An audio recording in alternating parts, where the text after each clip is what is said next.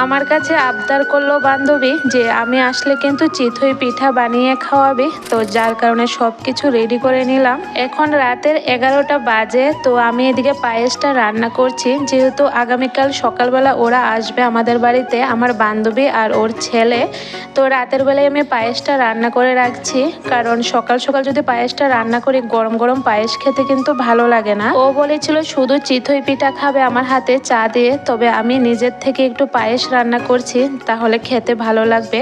আর রাতের বেলা দেখো আতপ চাল ভিজিয়ে রেখেছি, পরের দিন সকালে কাই করে নেব। সকালবেলা অনেকটা ভোরেই ঘুম থেকে উঠে গেছি, উঠে মাত্রই পিঠের আয়োজন করছি। কারণ বান্ধবীরা কিন্তু সকাল সকালে চলে আসবে, 8:30 9টার মধ্যে চলে আসবে, যার কারণে কিন্তু আমি পিঠেগুলি বানিয়ে নিচ্ছি।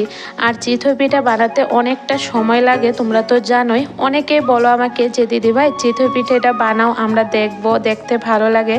তো এই যে দেখো আজকে আবার বানাচ্ছি। আমার হাতের এই চিতই পিঠে সবাই খেয়ে বলে ভীষণ ভালো লাগে নাকি, তো আমার কাছেও সত্যি ভালো লাগে। জানি না কবে থেকে এত সুন্দর করে চিতই পিঠে বানাতে পারি, হয়তো বানাতে বানাতে শিখে গেছি। তো দেখো একদম ফুলকো ফুলকো নরম নরম চিতই পিঠে বানানো হয়ে যাচ্ছে। আর একটু পর পর জানো তো বান্ধবীকে ফোন করছি যে তোরা কতটুক এসেছিস। আসলে আজকে ট্রেনটা অনেকটা লেট করেছে, মানে যেদিন মানুষ দেখবে আসবে, অতিথিরা আসবে বাড়িতে, সেদিন ট্রেনটা লেট হবে। বান্ধবী আসতে যেহেতু দেরি হবে, এখানে দেখো মা বাবুদের জন্য পিঠে আর পায়েস বেড়ে নিচ্ছি। আর এই করতে করতে কিন্তু আমার বান্ধবী ফোন করেছে, ও নাকি চলে এসেছে।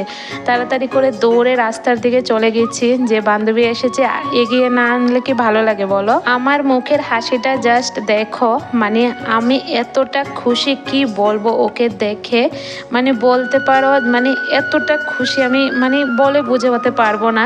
তো যাই হোক, ও কিছু টুকটাক টিফিন নিল, যেহেতু বাড়িতে বাচ্চা আছে। আর মানে যখন বাড়িতে আসলো ওকে বললাম আগে টিফিনটা কর, তারপরে না হয় সারাদিন আড্ডা করব। তো এখানে দেখো ও পায়েস আর চিতই পিঠে খাচ্ছে, আমাকেও খাইয়ে দিচ্ছে। সবসময় কিন্তু কোনো কিছু খেতে গেলে ও আমাকে খাইয়ে দেবে। বান্ধবী বলবো না বড় বোন বলবো বুঝতে পারি না, ভীষণ ভালোবাসে, আমিও ভালোবাসি। তো আর দুই বান্ধবী মিলে কি কি করেছি নেক্সট ভিডিওতে তোমাদের সাথে শেয়ার করব।